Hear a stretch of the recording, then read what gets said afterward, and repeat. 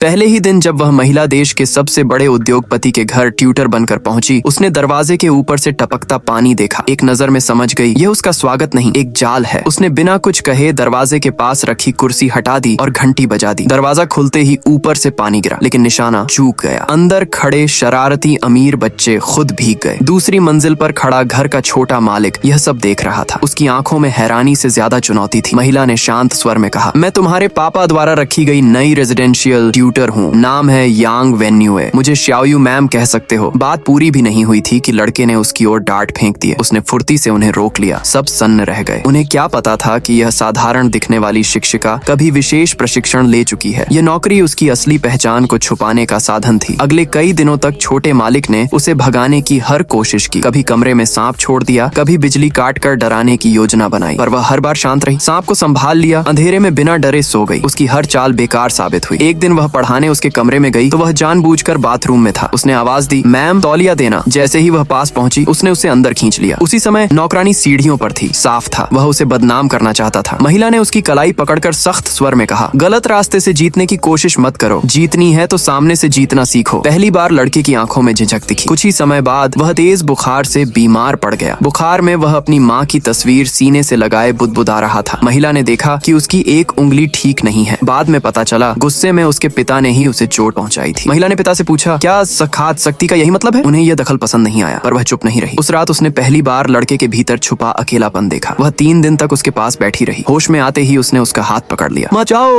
उसकी आवाज में डर था, घमंड नहीं। धीरे धीरे उसका व्यवहार बदलने लगा। वह पहले जितना कठोर नहीं रहा। जन्मदिन करीब था, लेकिन माँ की मौत के बाद उसने कभी उसे मनाया नहीं था। महिला ने तय किया, इस बार चुपचाप एक छोटा सा सरप्राइज होगा। उसी दिन उसके सौतेले भाई घर आकर उसे अपमानित करने लगे। माँ की तस्वीर का मजाक उड़ाया। महिला आगे आई। उसकी आवाज ठंडी और दृढ़ थी। बस अब एक शब्द और नहीं। उसकी सख्ती के सामने सब पीछे हट गए। जब घर